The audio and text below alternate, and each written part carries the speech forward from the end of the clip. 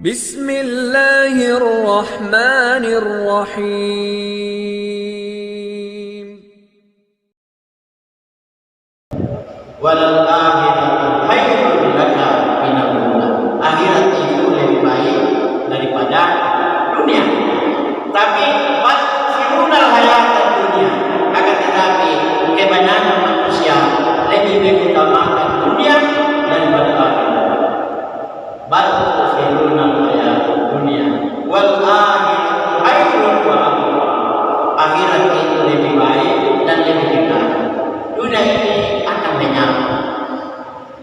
Kun fid dunya ka'annaka gharibun aw abir sabil wa udda nafsaka min ahli qubur. Ya, saya kira seperti itu ya.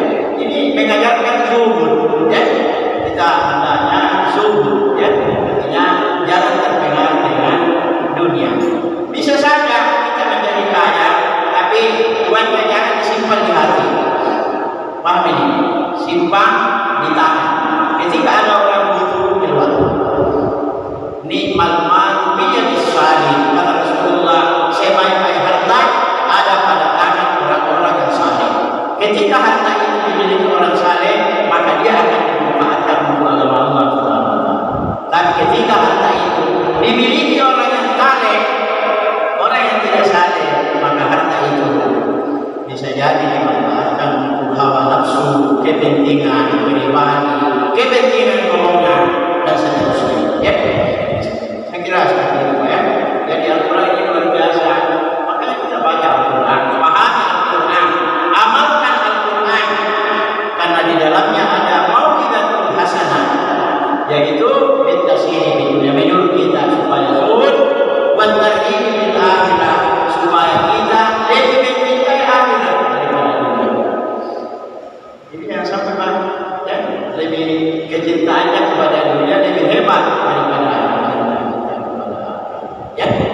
Misalnya kita, apalagi kalau umur sudah 60 tahun, sudah 70 tahun, mestinya kita sudah cenderung ke akhirat ketimbang dunia. Karena umur ini entah esok, entah lusa, kita akan kembali kepada Allah Subhanahu wa taala. Innaka mayyitun wa innahum mayyitun. Ya. Qul innal mauta alladzi tafirruna minhu fa innahu mulaqikum. Sesungguhnya kematian itu yang kita selalu menghindar. Dan kita selalu tidak mau mati, ya. Contohnya Pak, kalau kita sakit, mencari obat. Kalau perlu, kita cari dokter yang paling spesialis sekali. Kita ke Amerika, kita ke apa? Ke Australia demi untuk hidup. Ya, demi untuk hidup. Ya, supaya panjang umur kita beribadah. Tapi ingat, Pak Inna lagi. Kalau ajal sudah tiba, pasti kita mati. Jadi penyebab kematian itu menurut Al-Quran adalah ajal. Bukan tabrakan, bukan sakit. Itu adalah kondisi ketika ajal datang. Ya, penyebab kematian itu adalah ajal. Dan ini kita tidak tahu berapa jatah yang diberikan Allah Subhanahu wa taala. Mungkin umur kita 60. Yang jelas asal mati baina siti wa sabiin. Itu masa panen bagi umat itu 60 itu bulu mata di tempat. Meskipun ada patuleh atau pemerintah bayuran sahabat perempuan sudah 84 tahun.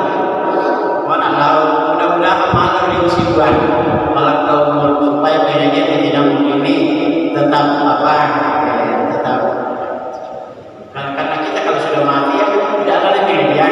Jadi kita ini masih mau apa menambah-nambah. Allahumma atini in kanatil hayatu bainani. Ya Allah, hidupkanlah saya kalau memang hidup itu lebih baik bagiku. Wa tawaffani, matikanlah saya in kanatil wafatu bainani. Kalau memang wafat itu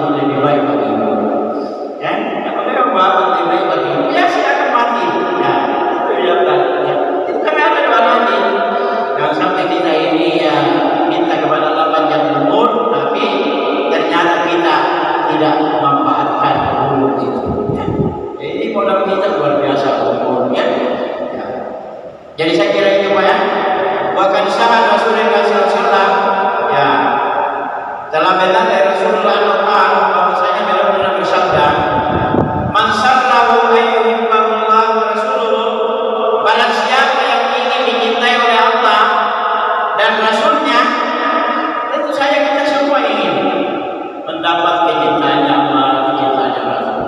Bagaimana kiatnya? Faliyaqra bil mushaf. Hendaklah ia tak henti-hentinya membaca Al-Quran. Wa menurut Allah Ta'ala noloi Rasulullah sallallahu alaihi wasallam pada mana-mana membaca Al-Quran.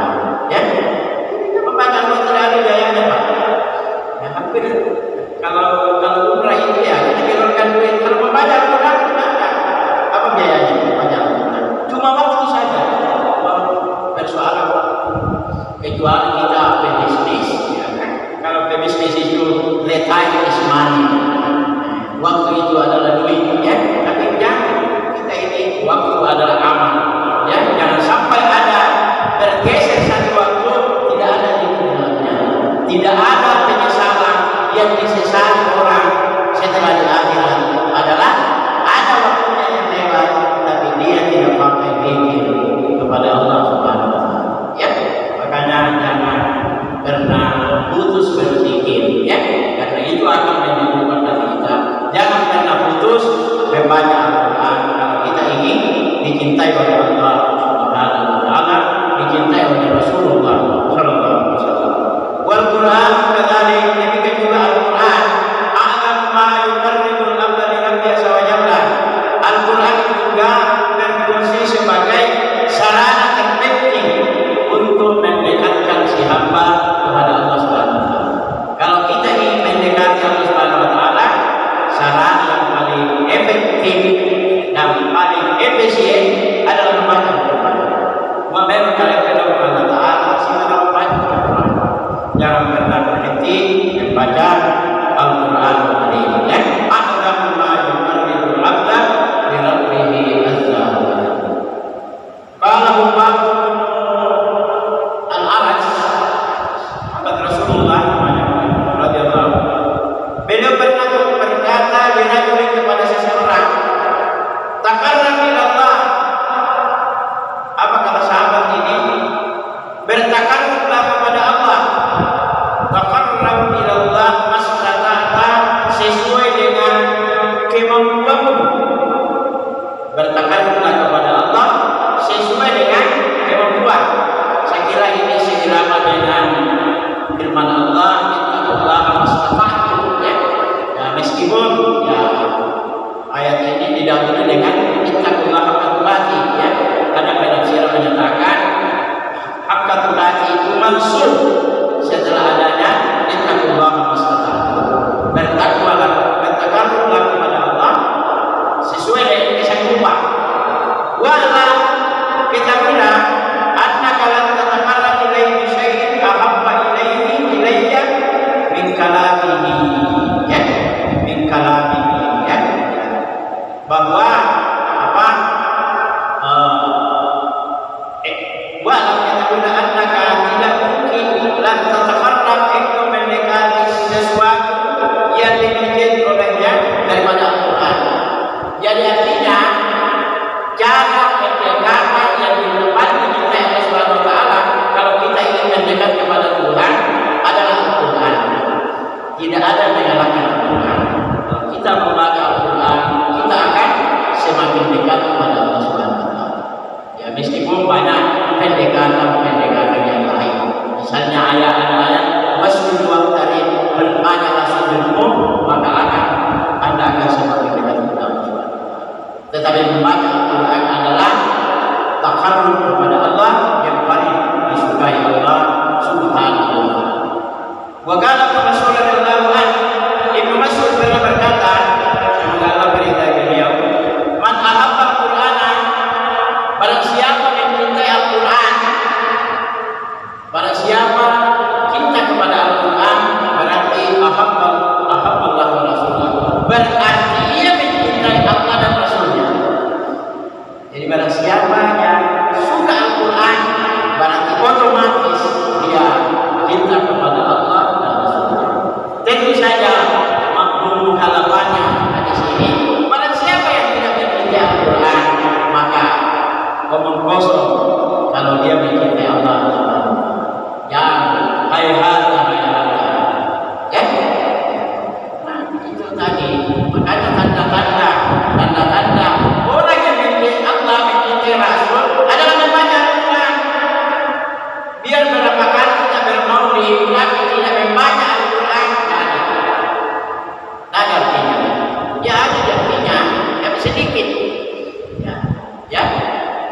silakan bermaulid, hari-hari lah bermaulid, tapi amalkan juga ajaran maulid. Apa itu ajarannya?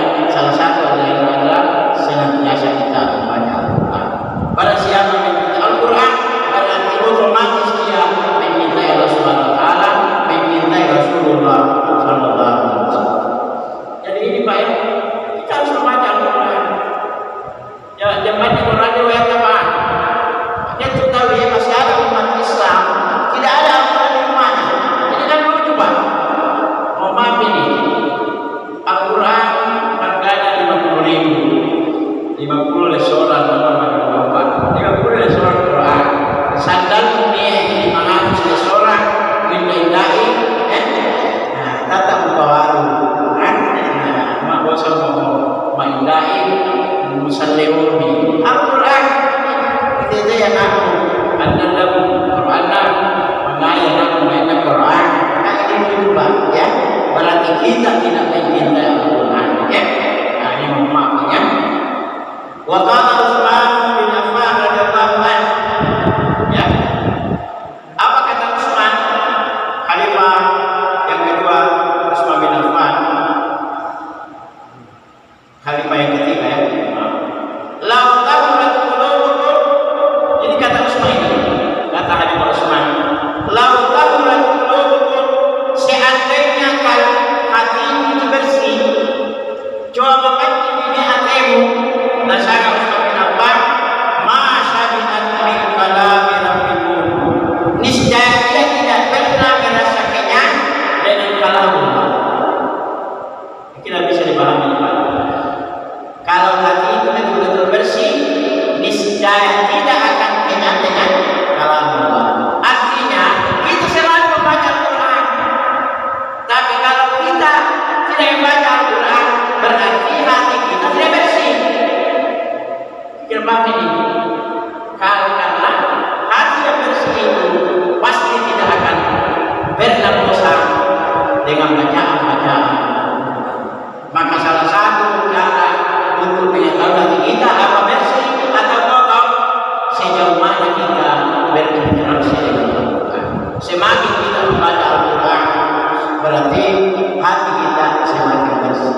Karena yang para ulama ini tidak sangat bersih, jasmani ini bersih, hati kita kotor.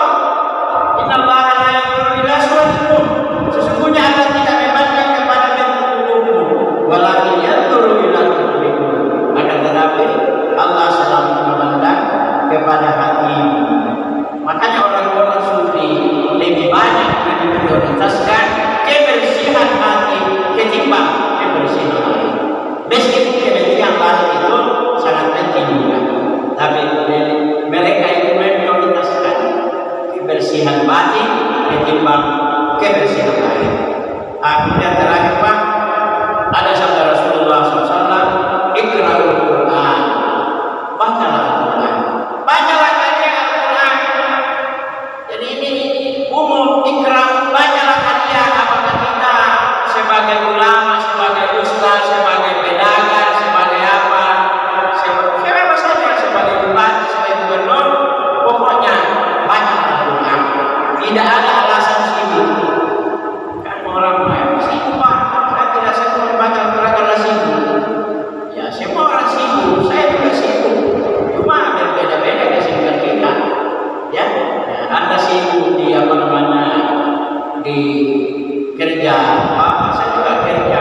Ya, sibuk di kerja saya. Semua kita sibuk, tapi sempatkanlah ada waktu-waktu kita untuk apa, berinteraksi dengan Allah Subhanahu Wa Taala, yaitu membaca Al-Quran. Iqra'ul Quran, bacalah kalian Al-Quran, baca Al-Quran.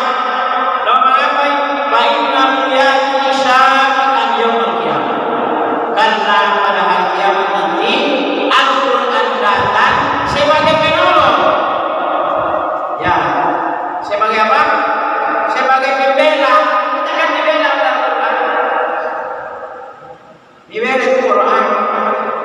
Tapi orang buat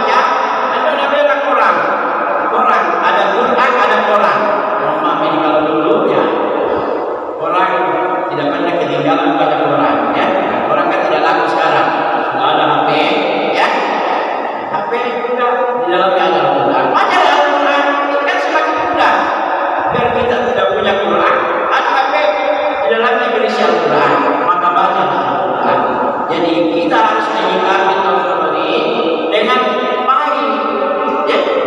Nah, jadi kita ambil positifnya, ya. Nah, mari kita banyak kurang. Kalau selama ini kita kurang bersemangat banyak kurang, mari kita kembali bersemangat. Kenapa? Karena kita ini semakin dekat kepada kuburan. Kita ini semakin dekat, bukan semakin bertambah umur, tapi semakin dekat ke, ya. Maka membaca Quran kita harus selalu melakukan ini. Wal tanzur nafsun ma qaddamat. Lihat, hendaklah setiap diri memperhatikan